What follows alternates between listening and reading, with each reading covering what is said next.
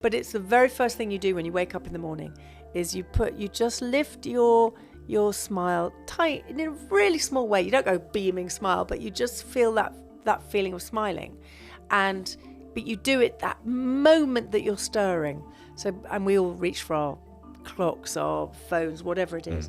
But before, just that moment that you wake, smile. And there's science behind it as well, because the brain then goes, oh, okay, today's not going to be too bad. And it's not faking it. It's starting the day with a better feeling. And then you walk into the bathroom, and instead of going, oh, my roots, oh, my wrinkles, oh, look at my spot, you just look and you smile at yourself. Right. Well, Gaby Roslin, thank you so much for being with us. It's wonderful to be in the presence of broadcasting royalty like you. Don't be ridiculous. That's just so bizarre. But it's true. Giles was practicing that in the car on the way. Yeah, I was. Yeah. Were you? So is it too much? Is it too much? Yeah. It just made me completely embarrassed, but that's very kind of you. No, but it's not true. But No. also someone who's very joyful, and obviously your new book's about joy and being joyful. And spread the joy. Yeah, and I guess I want to start, what does joy mean to you? Everything, actually. When I was a little girl, I wanted to be a TV presenter from the age of 3. And my father worked at the BBC, and I went along and watched Blue Peter going out. And I stood behind the glass watching it, because they had things called viewing galleries. And I literally had my face pressed up to the glass, and I looked round to my dad and said, that's what I want to do. He said, okay. And I just then became obsessed about wanting to do it. The reason I wanted to do it was because television brought me joy. I thought, if I do that, I can make people happy. I suppose I would have used that word. And so when the TV was on, I'd sit next to it, and they'd all say, hello, and I'd say, hello. And my dad had a box on his head because he had to be the camera. Right. And then when I grew older and I'd seen studios and I saw that they had something called auto cue, I didn't know it was called auto cue. They had words on the screen. My mum used to write on loo rolls. So I used to read what she'd written on the loo rolls so I could practice, because I was going to be a TV presenter one day. But it was all about spreading joy. You know, like some comedians say, oh, I just wanted to make everybody laugh. I think it was I just wanted to make everyone happy. And because TV made me happy and I loved it, I thought, oh, that's going to make people happy. That's what I'm going to do. And then but also I was the person at school that would always be silly. I do a mock falling over just to make somebody laugh. Probably sometimes some real falling over as well. But that sort of thing. And I was a dreadful giggler. And I thought, if you giggle, then somebody else will giggle. So, yeah. That was always my thing about spreading joy. Yeah, it's fascinating. Do you know where that comes from? Like, I mean, obviously you said about like TV being an outlet for that, but yeah, I think my parents they supported me in that. They were their wicked sense of humour. We're very close as a family. I've got the most amazing cousins, and my grandparents. We used to go to see them in Africa every year, and that was just joyful. So I think I'm very lucky that there was a lot of laughter, a lot of joy around. And I just think it was something that my dad was a very, very, very positive man, still is a very positive man.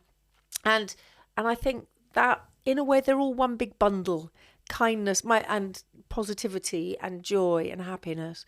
And my mum would talk to everybody. And everybody would talk to me even when I was little. So it was just the way that we were, I think. It was not all rosy and, it wasn't all perfect and wonderful. I was very shy, so I used to have problems with that, but I still liked to smile. Wow, it sounds like it's quite an innate thing for you then, because I feel like a lot of people tend to have kind of like a rock bottom moment, or like some terrible thing happened to them, and then it changes them into like looking for joy. There have been some awful things that have happened, and that made me reassess life, I think. So my mum died very young.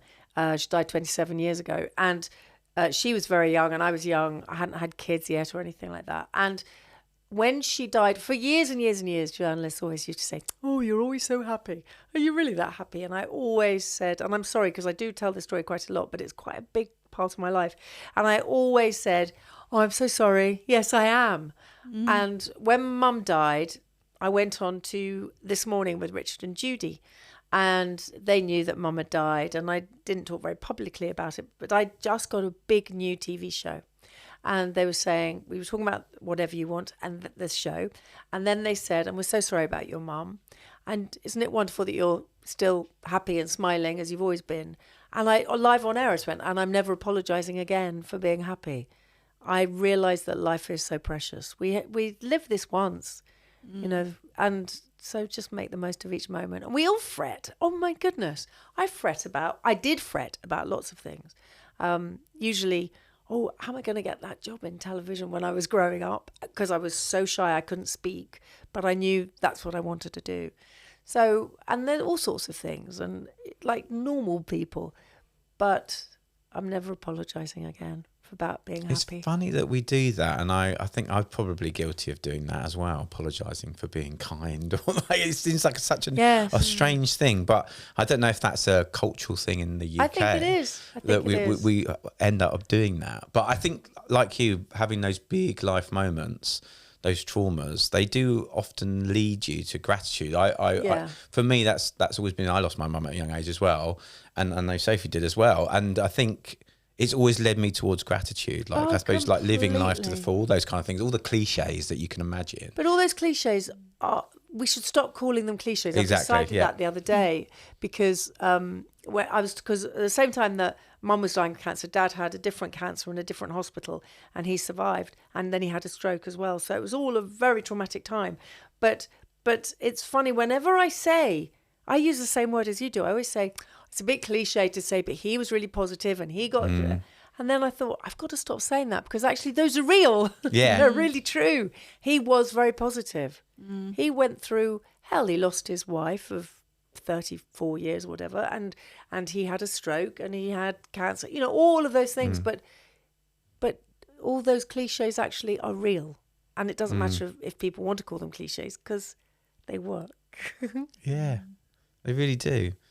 So, funny enough, the next question I was going to ask you about using joy to cope, and obviously you've touched on that there. I mean, is that still a case for you when you're in a difficult moment? Yes, I suppose. But I like to.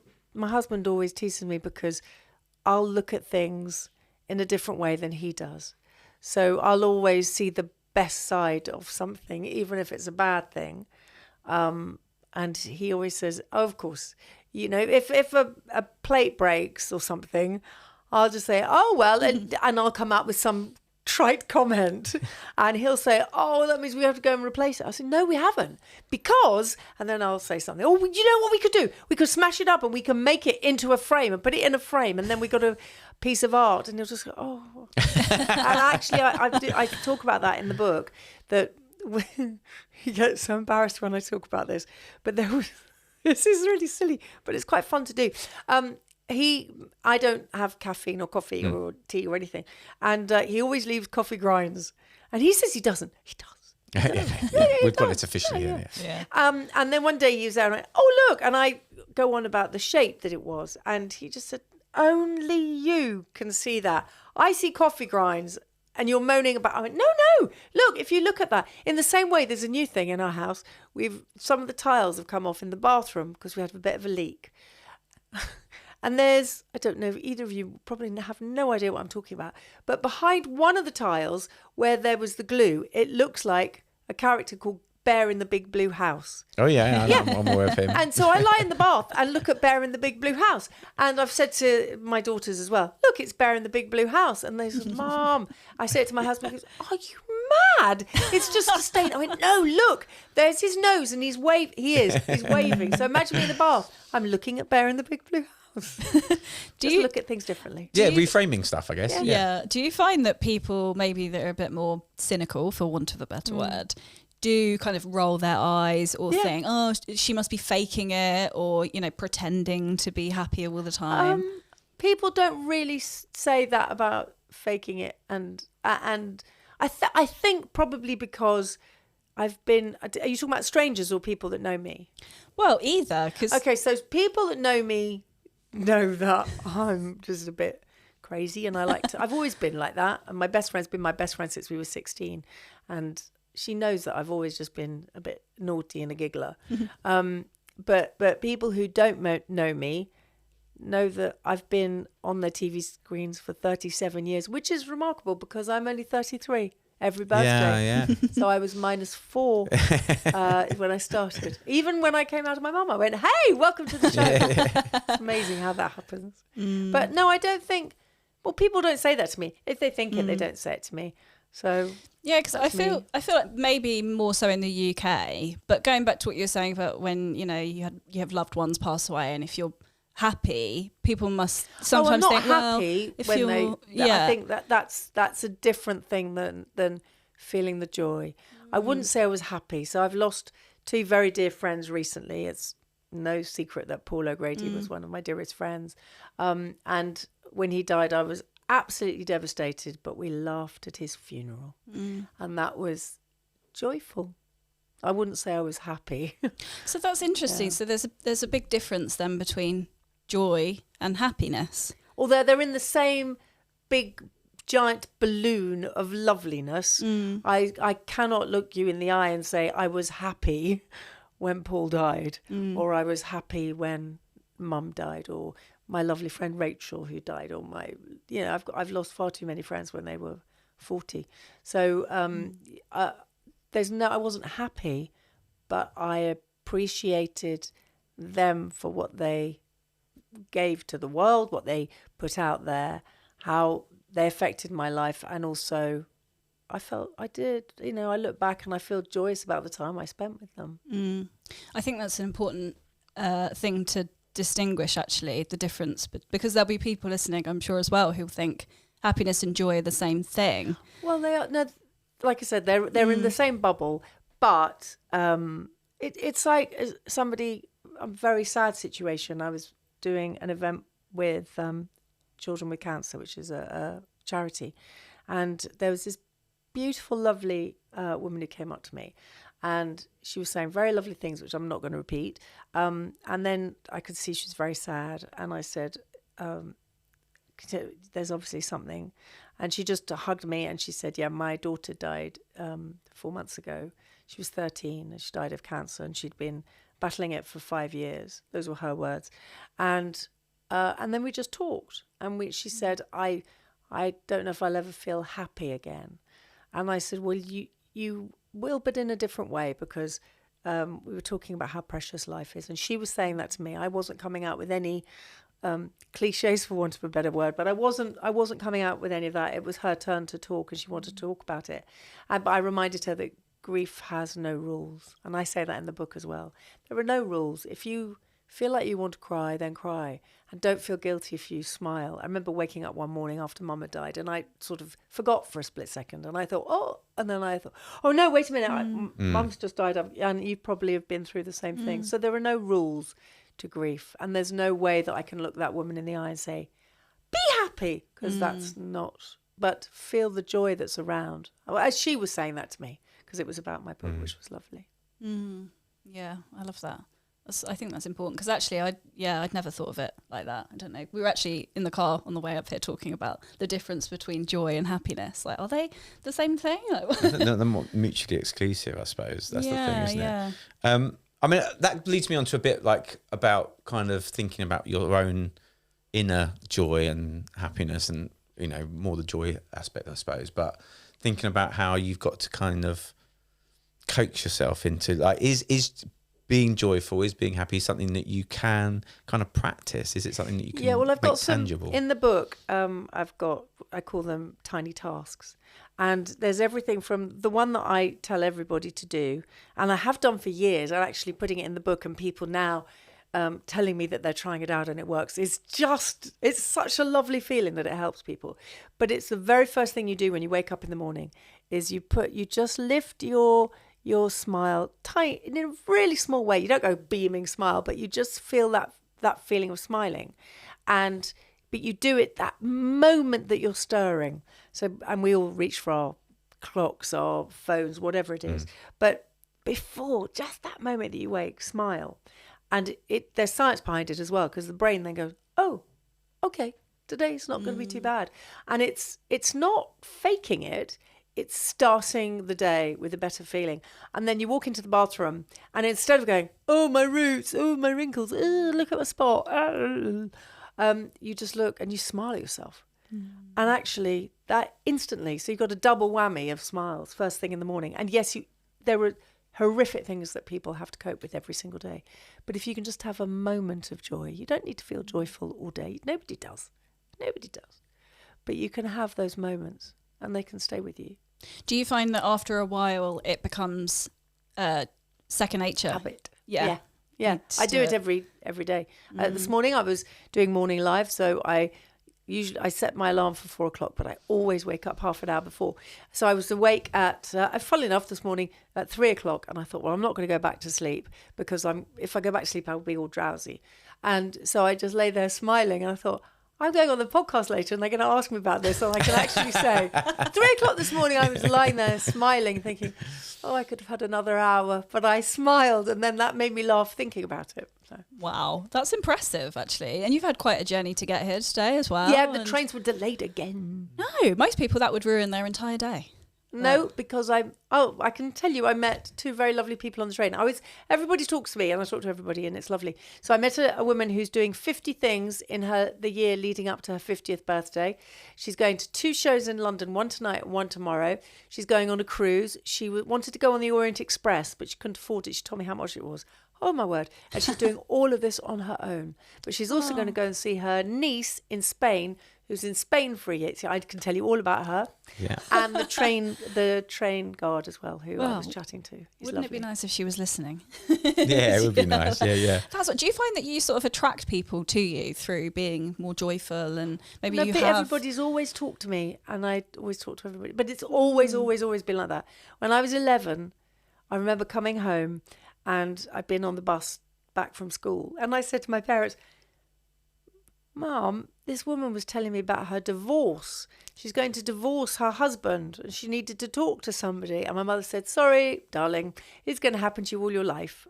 And it does. And I'm really so touched that people tell me things. And I met some amazing women on the train last week when I was going from Manchester to Dundee for a literary festival.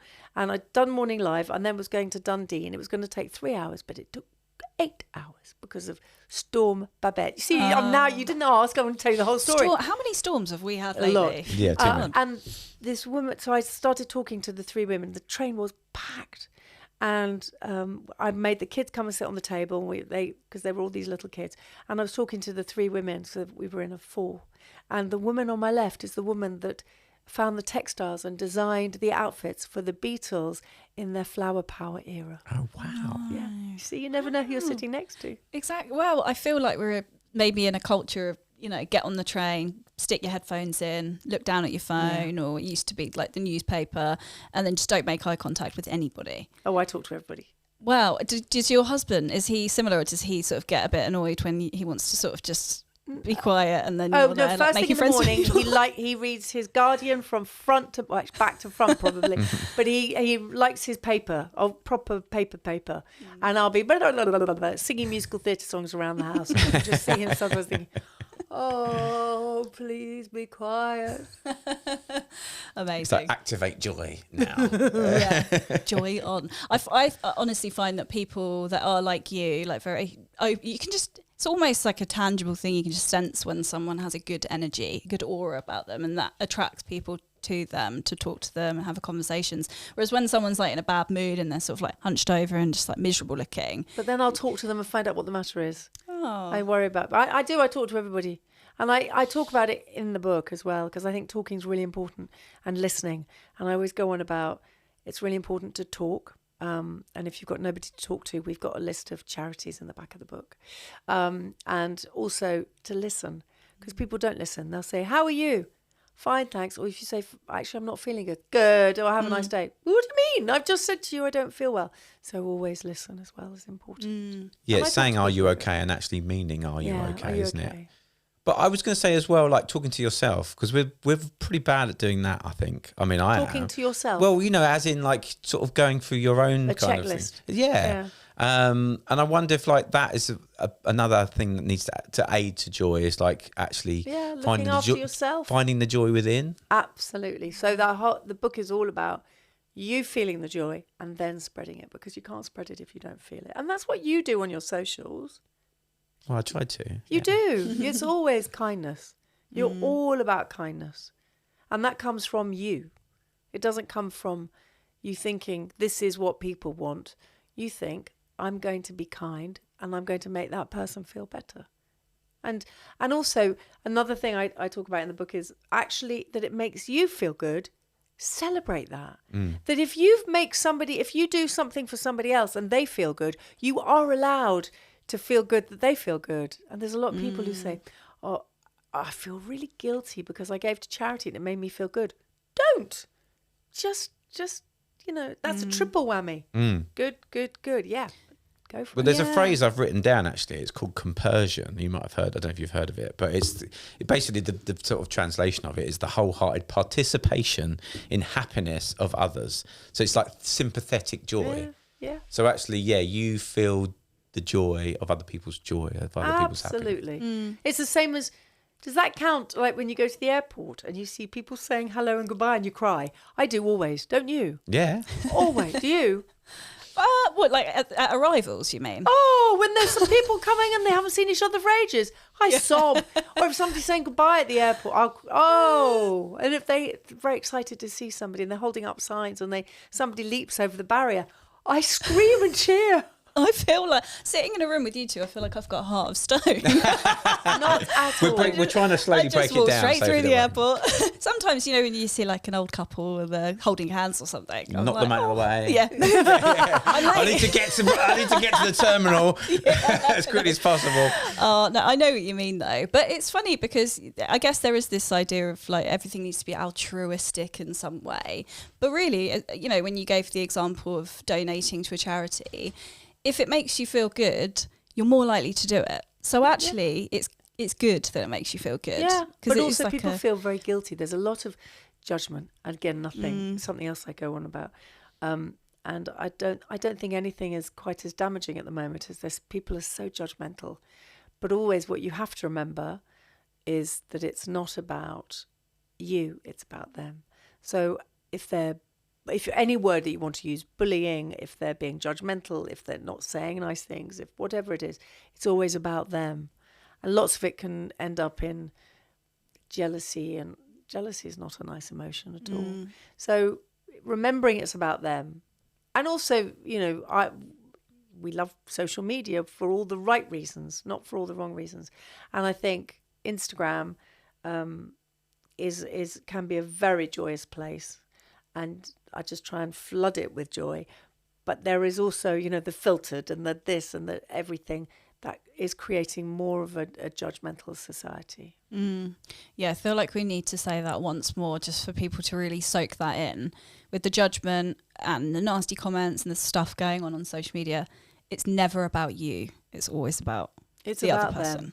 It's about them. Somebody I know, dear friend of mine, I was getting a lot of abuse on social media for something that she said, and she meant it really kindly. And she said, I'm not going to post anymore. And I said, just delete it.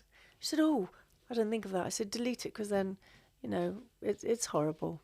It's not nice. Just be nice. You know what? It doesn't hurt to be kind. And everyone has their opinions. And if what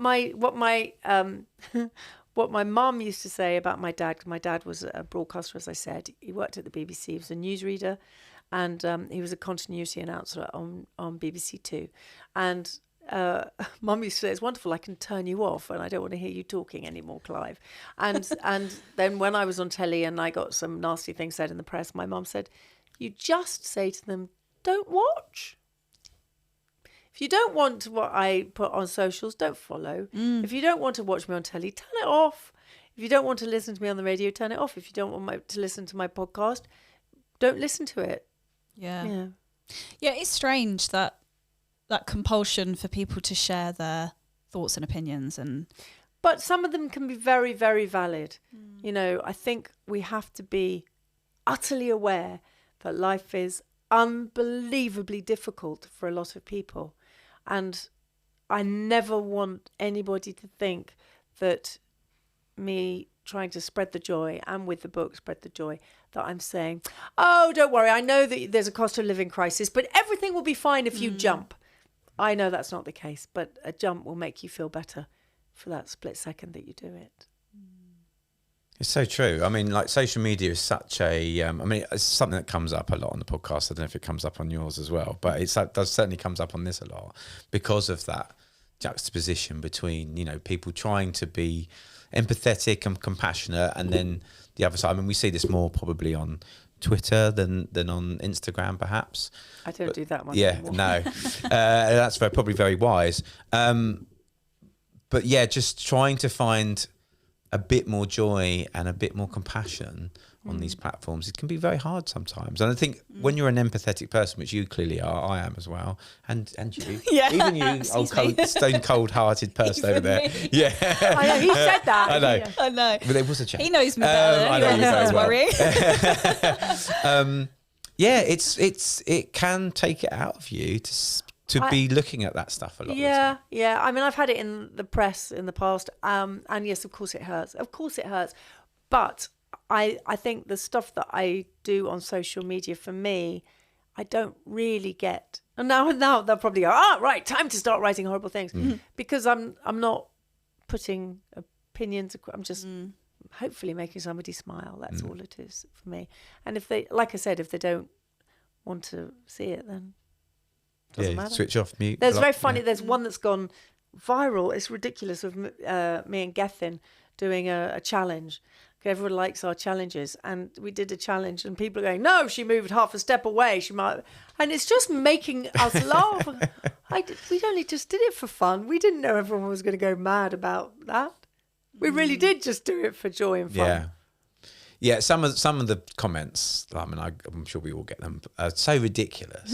But actually, they're actually quite joyful, because like, that is your opinion so far fetched on that thing that actually I can't take that. Take it personally, because it's so ridiculous. Honestly, I just have the loveliest messages, and people are very open and honest about things they're going through, and I take that as a huge compliment when they tell me things that are upsetting them and hurting them.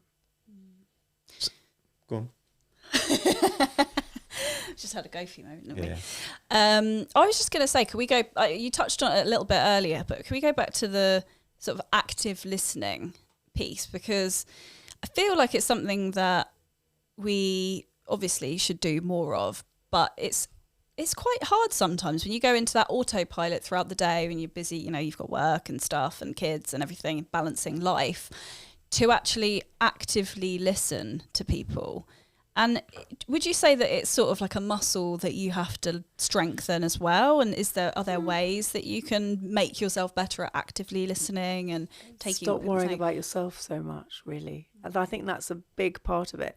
The more you worry about yourself, you're not going to tune in and be interested or empathetic or sympathetic, because you're so wrapped up in yourself. And again, that goes back to the person who's being judgmental, is because they're so wrapped up in their own stuff. And I think that if the person who is wrapped up in themselves, if they could talk about what they're wrapped up in, they will then become a better listener as well. Yeah, that's true. I saw this thing a while back that was sort of like, don't worry about what other people think about you, because they'll be too busy worrying about what people think about them. Yeah. It's just a cycle. Yeah, it's so true. Yeah, that is so true. So true. Well, it's that thing, isn't it? Like, what people think about you is none of your business. Yeah. But you can't, that is obviously, I'm going to use the word again, cliche, but you can't please all the people all the time. And we can't all like the same thing. There was a brilliant play years ago called Art by Yasmin Reza, which was basically a white, I don't know if you ever saw it, but it was a painting, and it was basically a white canvas, and 3 actors all discuss it, and they all see something different. We can't all like the same things. We can't. I mean, that's ridiculous. And also, what a boring world. Yeah, exactly. Well, exactly. This goes back to people's opinions on things, like voicing their opinions on social media and stuff like that. But imagine if we all had the same opinion and thoughts and feelings, and we were all interested in the same stuff and all wanted to do the same job. It just wouldn't work as a society. I remember having the most ridiculous conversation with somebody about Barbara Streisand, because I said, I love Barbara Streisand. They went, I can't bear her. I went, what do you mean? I was incensed. I just spent a lot of money to go and see her a few years ago, and I didn't understand it. And they said, but it doesn't matter. I mean, I know, but I don't understand it. It's when people talk about musical theatre and they don't like it. What do you mean you don't like it? You haven't seen this, and you haven't seen this, because I love musical theatre. Yeah. But actually, we can't all. Yeah. That's hard to justify, though, isn't it? You must like it. Oh, man. But some of that comes about being authentic as well, being your authentic self. And I think that comes across in the book as well, about you being your authentic self. And we've obviously touched on your background as being, your family and all the joy that you kind of had as a child and stuff. And you always come across to me as being very authentic. And I'm talking to you today. Feels like I'm talking to the authentic Gaby. So, but I've always, that's the thing that my dad always said, if you want to do this, because he was in the industry, he said, if you want to do this, you can't not be. I remember going for auditions in the beginning, and doing screen tests for TV shows. And I remember going for a show, and they said, and it was always said to me, they said, oh, you're a bit big sister. You're not really rock and roll enough. I remember going for the big breakfast, and I had 5 screen tests, and they said, can you ever be nasty? I went, I can be nasty if you want. And I thought, I can't. And then I went, actually, no, because that's not me. But it was always, I remember turning up to a screen test in a leather biker jacket, because I thought, well, I'm going to be rock and roll. I'm not just going to be this girl, very sort of straight girl that I am. And then I remember going for the audition for the screen test, and I took the jacket off just before. I thought, that's not me. What am I trying to do? And I want to be a TV presenter, and you have to be you. So, and another cliche, what you see is what you get. And there's no fake. Like you asked me at the beginning if it's fake. I can't. If I'd done that for so long, somebody would have caught me out. Yeah. Well, that's the thing. It's not sustainable, really, is it? Not. In any industry, not whatever just in job TV. You do. Whatever job. Yeah, and in friendships as well, or relationships. Is the old cliche that you meet someone and you put your best self out there, or you kind of try and fit into a mold of what they are looking for, and within a few months you get the dirty hair. Once you show them your dirty hair, no makeup, torn, it's fine. Just I'd say go there straight away. Turn up on your first date with dirty hair. Then they see what you really like. There we go. Yeah. Manage expectations. And then... I remember when I was little always worrying, because I've got completely white, I was born a redhead, and completely white eyelashes and eyebrows. And I remember when I was really young thinking, oh dear, everyone's going to wonder where my eyelashes are. So I wear mascara from the age of 14 or something. And even when I gave birth, both times, had mascara on. And I remember thinking, oh no man can ever see me with that mascara. And my husband, he has. How silly though, isn't it? When you think about it, like eyelashes. Teenagers. Yeah, well, of course, we've all got our girls. thing. Because I've got I used to have hair literally same colour as yours when I was a child, and it kind of went brown, but white blonde eyebrows and really fine thin eyelashes. To the point when I take my makeup off, I've got really long eyelashes, but it looks like I don't have any eyelashes. Yes, no, I'm the same, but I don't care now. Yeah, but when you think about it, what a silly thing to get upset about, eyelashes. Arms. I used to be really self-conscious because I thought, I've got really big arms, not very muscly, and I've got a big scar from my BCG injection. I've got a massive scar because it opened up and I had to have it all stitched up. And I was so self-conscious of all of that. Nobody cares about my scar on my arm. No. They did at 12. They really don't care now. And I wish I'd known that then. Yeah. Yeah. Oh, so true. So true. Do you find you ever do that? You're talking to your past, like, younger Gaby. Only about that. Only about that. My arm, my left arm. I always do it. And Amanda Redman, the actress, who's got scar all down one arm.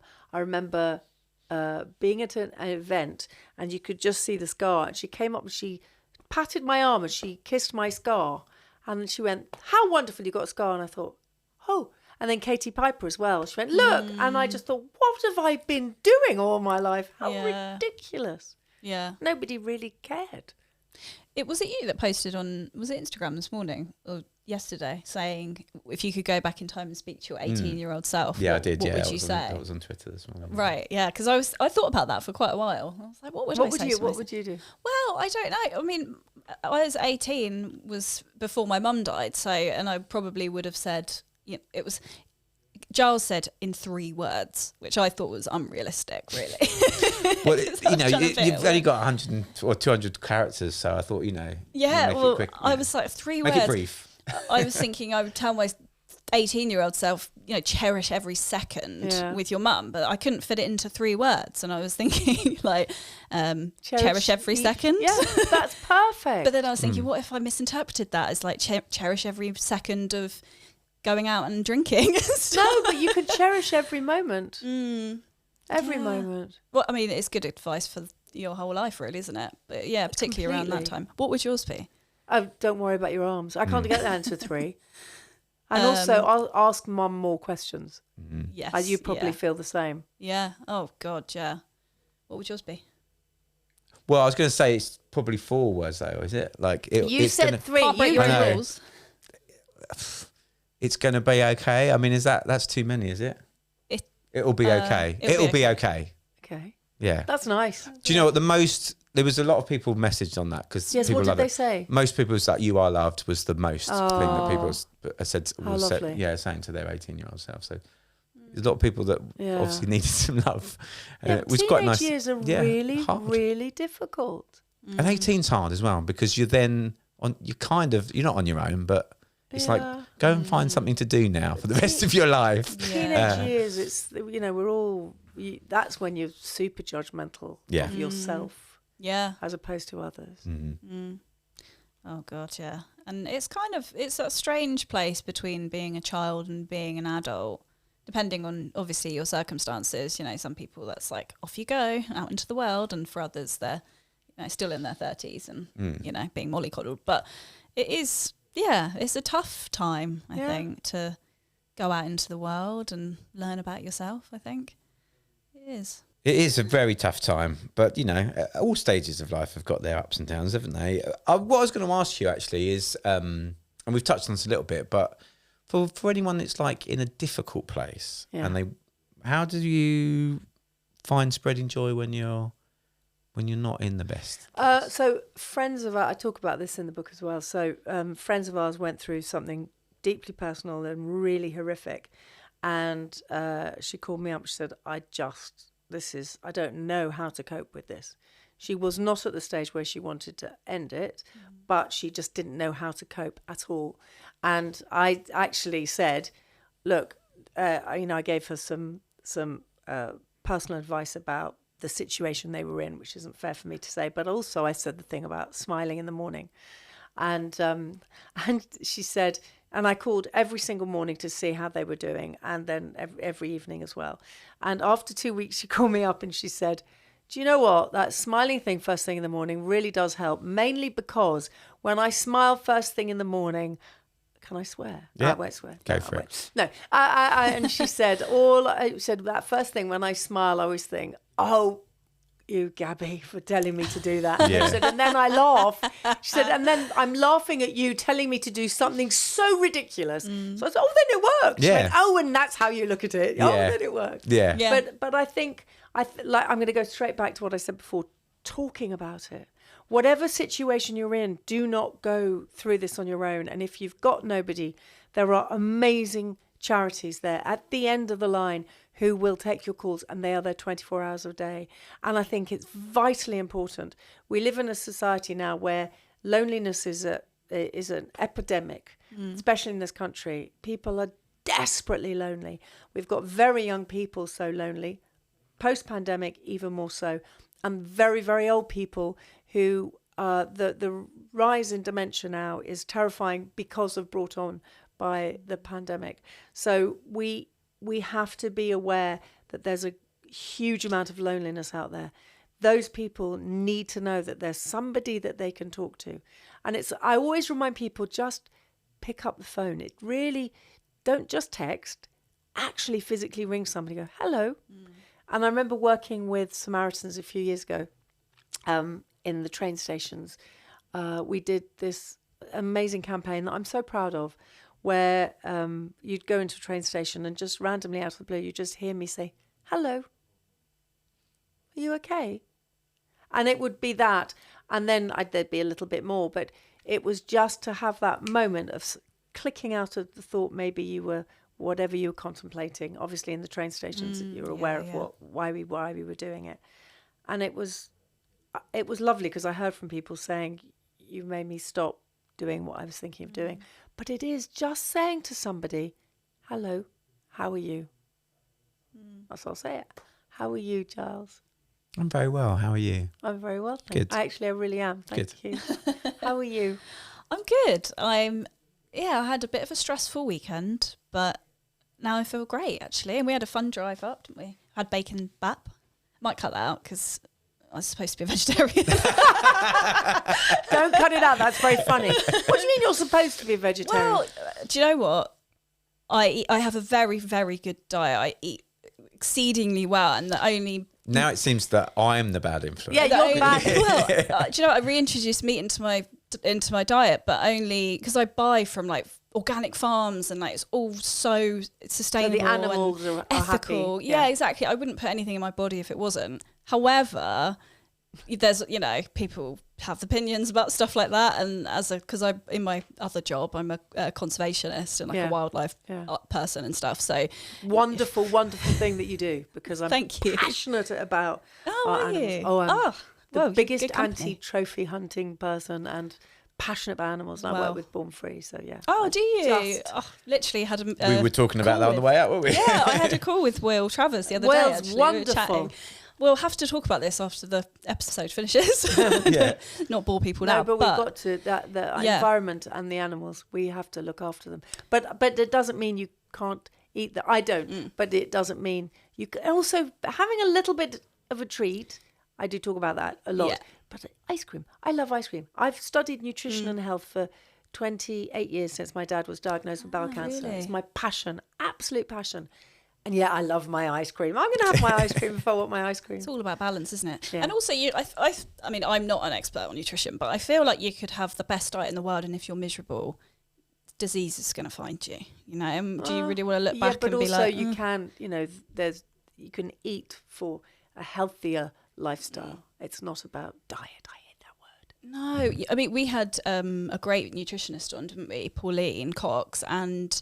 ever since then, and maybe a little bit before, because I did a gut test, which again was super interesting. Went down a whole rabbit hole. Oh my God, that's my passion. Right? Health. Yeah. See, what are my other passions? Parasite. I feel like we're interested in the same stuff. But it's so fascinating. Like the gut stuff, the nutrition. I've started taking probiotics. I've got a great one. You should have a shot every morning. Ooh, I can advertise for them, but for Simprove every day. So I've heard of them because there's another podcast that I listen to. You've listened to as well. They are sponsored by Simprove. Simprove, is it? So they've been one of my sponsors as well. So yeah, they are amazing. Interesting. So I've been taking it for 4 or 5 years. My husband has about 6 years. I take Seed, which is the one. It's 2 capsules in one, and the first capsule breaks down quite easily, and it's got one of them, either the pre or the probiotic in it, and then the second capsule inside is a little bit more robust, and when it breaks down it's got the other stuff in it, so it breaks down as it goes through your digestive system. Slower. Well, and Simprove is water based, so it goes directly into the gut. I'm going to try and that. Also it puts good in and gets rid of bad. So yeah, interesting. Okay, I'll check that out. So nutrition, love. Saving animals, love. Yeah. Conservation, love. Anything you want to add? Well, I'm going to ask one last question. I hope you love. Did you love theatre, cinema, and TV? Cinema and TV, yes, but I haven't been to the theatre much in my life. Live theatre is wonderful. Please go. Do you know what? I never went as a child or anything, or a teenager. It's I've been very a couple expensive. Of times that's the worry. But you can get last minute tickets. Okay. Which my teenage daughter, who's 16, she did with a friend recently. They went and got £10 tickets, which was wonderful. Matinees are normally cheaper, aren't they? Yeah. Get matinee. What? Go on. You just wait. You can deal with this in a minute. We'll chat in a minute. What I wanted to ask you really was the last thing was in the book you talk about 5 things you can do that are vital for a joyful life. And you've obviously said about making yourself smile in the morning. And jumping. Yeah, talk about that a little bit more. I'm intrigued. It's just getting your energy levels up. So I did this with, I've been doing it for years. You just jump. We're actually a little bit trapped in with the mics here, but all the radio shows and TV shows I've done recently, I make everybody jump, and all the journalists. We could do But that. it's literally just one jump. And then the next time you jump, you put your hands in the air and you jump. And next time you smile, put your hands in the air and jump. And then do it at home. Get used to doing that. Do it on your doorstep just before you go out. If you've got the balls, go and do it while you're outside, which I do. So when I'm walking, because I walk everywhere, I bore everyone with that. But I walk miles and miles every day to each of the things I do. And apart from Manchester, I get the train. But I walk everywhere and I jump. If I'm slightly worried about a meeting or a pitch that I'm going to, I'll jump and you feel more energized, and use your imagination. All of these things are important. But the jumping, I met a lovely elderly couple in Hyde Park in London who were very sad, and I was talking to them and they were telling me their private story, and they said they never thought they'd ever be happy again and smile. And I said, come on, let's jump together. And the man, they were very elderly, and the man said, okay, let's do it. And the wife she said, please just don't be so ridiculous. Don't be ridiculous. So I took the man's hands and we jumped. We started jumping. And he said, come on. And he was laughing. And bless her, then she did, and she started laughing. And then she said, I never thought. It makes me really upset when I talk about them. I hope they're okay, because I talk about them in the book as well. But she said she never thought she'd smile again, and she just had. God. So it's just simple things. You know what? Keep it simple. Don't beat yourself up about those things. Also, keep your imagination going. There's something that happens. Being in touch with the inner child is really important. So splashing in a puddle, we do when we're little. Splashing in a puddle when you're a grown up is like, oh no, I'm wet. Oh no, what am I going to do? Actually, you splash in a puddle, you feel the water. Doesn't matter, do it again. Get yourself really wet. Well, I feel like as we get older, we're more tied down with sort of like societal expectations and the ego and stuff.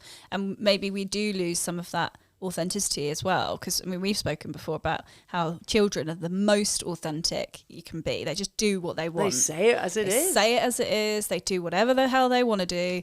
They don't care about people judging them or failing or whatever it might be. So I think that's only a good thing. I feel like being more childlike would help you to be more authentic as well. You know, when you were a child, did you ever roll down a hill? Oh, yeah, all the time. Love that. As an adult, Yeah. have you done it recently? Do you know what? It wasn't that long ago. I did do that. Yes! Do you know what I said to Giles the other day? I was like, do you remember when you were a child and you go up the stairs and you used to go up on all fours like a dog? Yeah. It's like, when do we stop doing that? So why don't you do it tonight? He went, I did it the other day. There we go. I think I still have quite a lot of childlike tendencies. That's wonderful. Yeah. Do you not? Have you not been up on all Well, fours? I live on a single story now. But Well, tonight you're coming to my house, so you can go up the well, stairs. can we on get all in sleeping bags and go down the stairs and Yeah, sleep? let's do that. Because that's what we used to do as kids. We used do to go it. down Do you the promise stairs me you'll and do it sleep. tonight? Will you Yeah. post about it? Yeah. Got wooden floor stairs too. So Yeah, it'll be yeah. quite, Just be careful. Yeah. That's the Don't mother break in my me. leg. Don't bang your head. Yeah, there's like Thanks pictures a of lot. A&E, you know. Yeah. Like, Thanks, Gaby. Yeah. No, my Nothing. do you know though it's awful because I do have a sick sense of humour because my favourite. On the very first episode of my podcast, we had Robbie Williams on, and I've known Rob for a very long time, since he was 16, and we both have the same sense of humour because the thing that makes me laugh more than anything is somebody falling. Can't even say it. I can't. Shame on you. Shame. No, it's when my next door neighbour, when we were 13, she fell down a manhole. A manhole? Yeah, and she was fine. She didn't hurt herself, but it makes me laugh so much. And I said that on Would I Lie to You, but I laughed so much they realised it was true. And then, but Robbie also has fallen down a manhole, and he shares the story of falling down a manhole. And the two of us become uncontrollable. And it sounds like we're really sick. But nobody was hurt in the making of that story. Well, it probably would still be funny even if they were. Just kidding. No. Just kidding. No. Oh man, yeah. So be more childlike is the lesson there. Be more childhood. Jump in puddles. Run up the stairs on all fours. And sing. And sing. And jump. Sing. Okay. Jump. Okay. Dance anywhere, but not on Strictly. Everyone always says, how come you dance in the street with strangers? Because nobody's sitting there. Because my whole thing is about don't be judged. I love watching Strictly.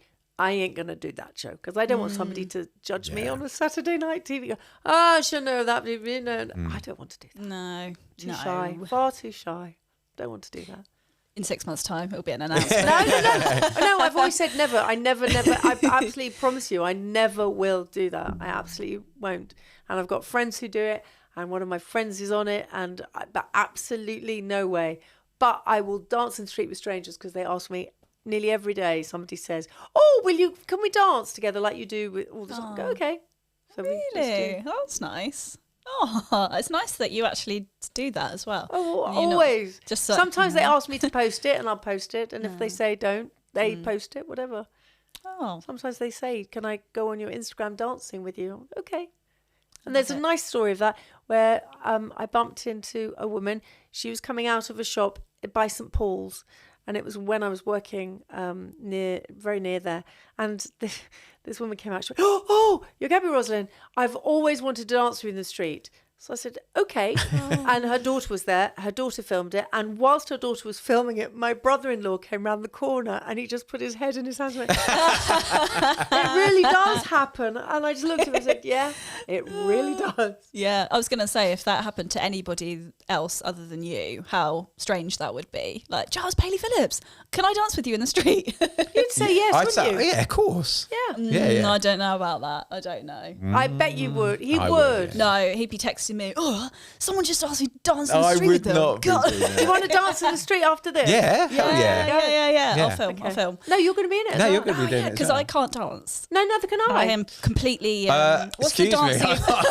I'm no dancer either. No, we just move. What's the around. dancing equivalent of being tone deaf?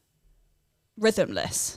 No, there's no such thing. Okay. No such thing. Yeah. We'll see. And there's we'll no see. such thing as that when people say they can't sing. Yeah. Everyone can sing. Everyone can sing. Okay. It doesn't matter if you're slightly out of tune, but you can still sing. Yeah. Yeah, exactly. Can I ask as well? You're wearing amazing. I love that hoodie, by the way. Yeah. Bright orange. Love Straight it. off the train. It's very Dutch, and I love your nails as well. So people watching. bright colours. Well, that's the whole thing in my book. I Yeah. go on about wearing bright colours because it lifts your spirit and then it lifts people's. So that's how you spread the joy. Oh, I didn't know that. I did not know that. There's If a you whole see thing about colour, colour. do. Yeah, I talked to. Do you know what? I talked to a colour therapist on another podcast, I remember and they carry swatches with them because there's certain colours that you should sort of Yeah, look at. but- She says, so if you're going into some like an anxiety-inducing situation, like for example a job interview or something, you might want to look at a blue to calm you. And there's like Too many greens people and- wear black. Yeah. And I've got black. Of course, I've got black outfits, but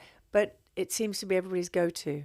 So I do something called shopping in your wardrobe, because I'm also really worried about everybody tap to buy. Oh, these are new, and buy this, buy this, buy this, and people are tempted. We're all tempted, but people don't have the money to do that. So go into your wardrobe, see stuff that you bought years ago, add it to something else, and add some colour to it. So if all you can see are black outfits, but you've got a green this or a blue that or an orange or a pink, whatever, add that to that. And it will lift your spirit, and it lifts people's spirit. So people love seeing neon colours.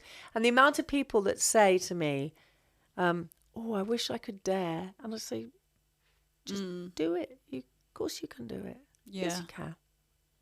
I love that jumper, that hoodie. Thank you. I think it's lovely. Well, Gaby Roslin, thank you so much. Thank you Thank very you. much. It has been a pure joy to talk to you. Thank you. So thank you. And when people can get your book from the usual places. All the usual places. Spread the Joy. It's Yeah. on Amazon. I've got a bit of a deal on it now. And you can get signed copies at WH Smith's. We've just done a whole bunch of Awesome. signed Oh, copies. amazing. I bet they'll get snapped up. Pretty Everybody's quick. been very lovely about it. Because it's not some great tome. It's just simple things to make your day a little bit better. Yeah. That was a beep to say stop talking. Charles is That's my Casio watch. That Was it? You got it old fashioned? Let me see. Yeah, proper old school. Oh, Look. how lovely. Yeah. Doesn't tell you how many steps you've done. It doesn't. I like judging. that. It's not judging. He's not judging me, and he's not telling me that. It's not sending me messages, although it is bleeping at me when the hour changes. So, but thank you so much. Yeah, thank you. you. And I think everybody should be a little bit more joyful like you. Thank you so much. Follow in your footsteps and buy the book, listen to your podcast, and all the rest of it. Thank you very much. you. Thank you for having me. Thank you. Thank you.